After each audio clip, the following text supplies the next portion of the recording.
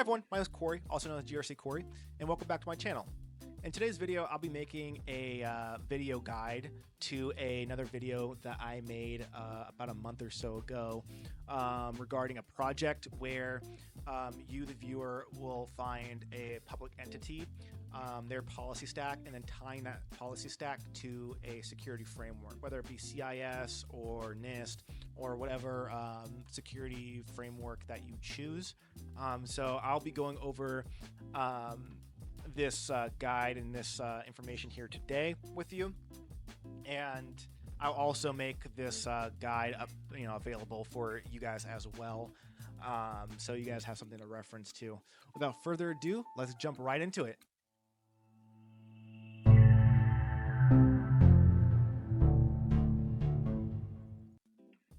Alrighty, everybody. So this is the example crosswalk to what I was explaining earlier.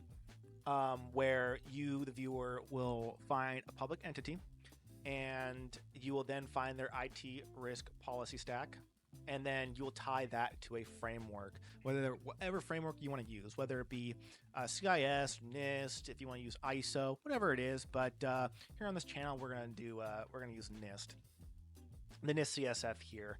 And so as you can see here on the screen,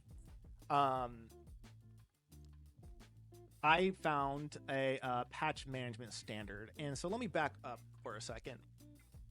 Today's example will be based off of Arizona State University's policy stack. The reason why I chose ASU was because in the last video guide, I chose ASU for the NCSR, and so we're just going to pick on ASU in this video as well.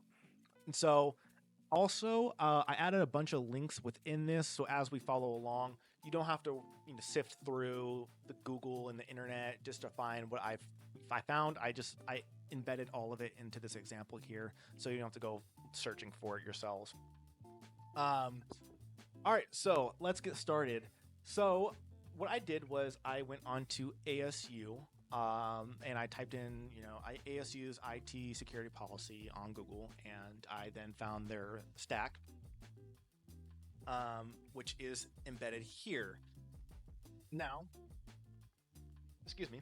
Now what you'll see here, I know it says patch management standard.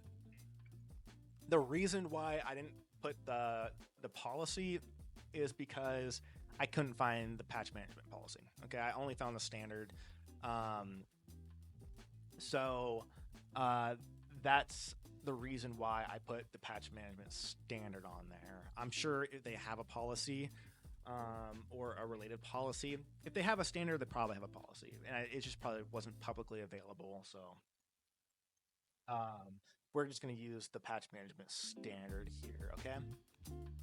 So what you're going to do with the agency or organization that you're choosing, once you find their policy stack, you're then going to break through and break down all that information into bite-sized chunks like I did here.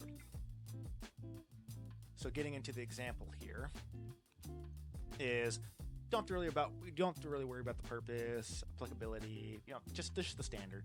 Okay, and as you see here, you'll sift through it and read all devices that use ASU's technology and network, operate on behalf of ASU, or connect to an ASU service, including blah, blah, blah, blah, blah. I'm not going to read through the entire thing here. But what you'll do is then you'll sift through this information like I did here as the example, and you'll break it apart and then add it into a bullet style chunks and bullet style chunks like so. Just something that's really digestible and easy to tie a framework to. Okay, so that's what I did here. As you see, all devices that use patch must be applied to all software. If the testing cycle shows that patching is not feasible, new devices must, so on and so forth. You get the picture. So once you break down all the information like so, you then start slowly tying it to a framework. So let's just use the first part right here. I didn't fill in all of it because I didn't think that it was necessary for this guide. It was just to show, I just fill in two just to show you as the example. But I'll fill it in later on. That way that everyone has a complete picture. But for now, for this video, we're just going to use it like so, and we're going to use this example. Okay.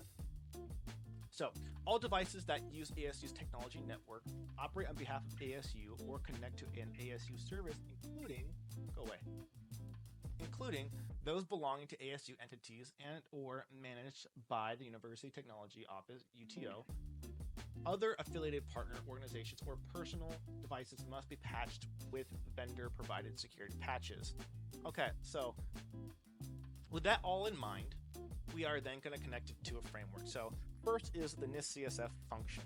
Which function is connected to this, to a patch management standard or patch vulnerability management program, patch management. That's the gist of this, okay?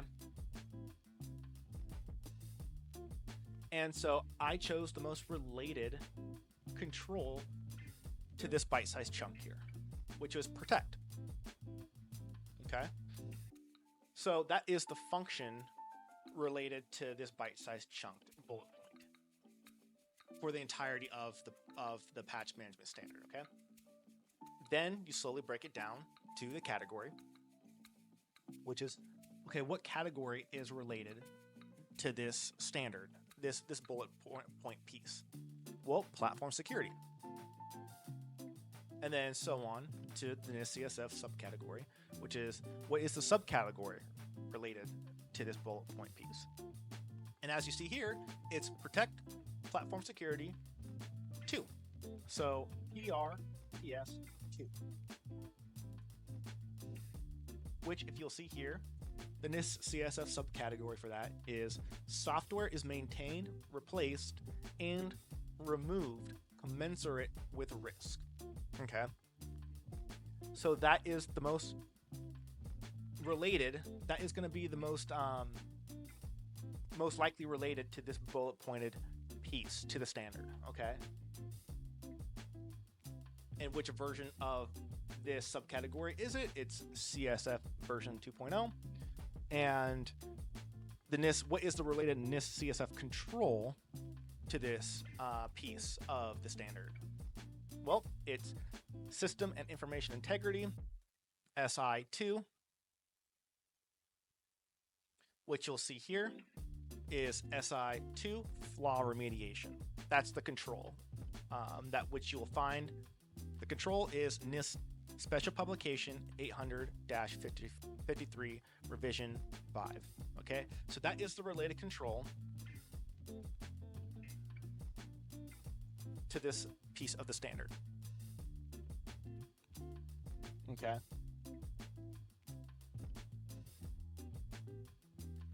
And so let's take a look here at the subcategory. How do we know? PRPS 2, software is maintained, replaced, and removed commensurate with risk. How do we know that this is the one? Well, it gives examples down here. Okay. And as you'll see in example 1, perform routine and emergency patching within the timeframes specified in the vulnerability management plan. So this is for sure the subcategory of the framework related to that portion of the standard.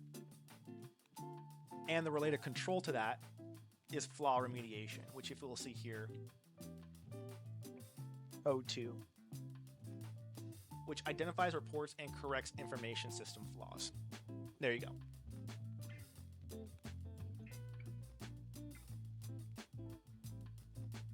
So for the entirety of that standard that we found, we broke down into bite-sized chunks here, as you see here, and then we slowly are starting to tie a framework, in this case the NIST CSF, to that standard. Okay. That's what we're slowly doing. Or if you want to do CIS, you can do CIS control as well. But that's what we're doing. And we keep going all the way through until we tied the standard to the framework. Another example down here, you'll see here. Strategies for risk mitigation for devices that cannot be patched, including those on a platform that is no longer supported by the vendor, will be submitted to the CISO or designee. Current patch statutes, current patch status and future plans must be communicated to the Chief Information Security Officer, CISO, or designee upon request. After we read that bite-sized chunk, we have to then rinse, wash, and repeat, and tie a function, the category, and subcategory of the framework to that portion of the standard and the related control. Okay. So in this case, since we're using CSF version 2, that would be govern, risk management, subcategory GVRM4, which states strategic direction that describes appropriate risk response options is established and communicated. So let's take a look at here. And let's take a look at the examples here. The first party risk. Specify criteria for accepting and avoiding cybersecurity risk for various classification of data. Determine whether to purchase or cybersecurity insurance, which is a transference of risk. Document conditions under which shared responsibility models are acceptable, i.e. outsourcing certain cybersecurity functions, blah, blah, blah, blah.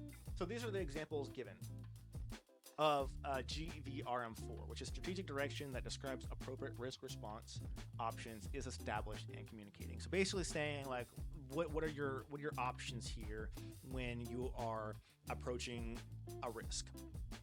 What is the appropriate risk response to an identified risk? Which this sounds about right from what we read here. Strategies for risk mitigation. And what is the related control? The function, category, and subcategory of this framework? Well, risk management strategy, which again is special publication 853 in this version of controls. And let's read the control statement. So the organization develops a comprehensive strategy to manage risk and organizational operations and assess individuals or other organizations and relation associated with the operation. Here we go. Implements the risk management strategy consistent across the organization and reviews and updates the risk management strategy. Perfect. Yeah. So this is what we're looking for.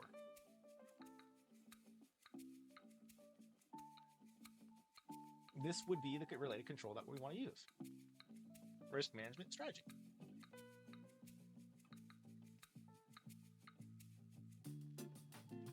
And so that is the practical project. Sorry about that, everyone. I received a phone call and I had to answer it. But yeah, that's what this is the practical GRC project where you will then find and identify an organization's IT policy stack and then connect it to a framework. And this is what I was trying to explain in that video, and how it would look like and whatnot. And I apologize for not making a guide. I should have just made a guide. And but yeah, this is the project. This is a really good project because not only does it help an individual really break down and connect a framework to a policy stack, but you also get and familiarize yourself really well with a framework, with a security framework, whether it be whatever it is that you want, and you get to really learn it inside and out, and separate from the NCSR project where you just give a control, a rating. This really gets into the policy stack of it.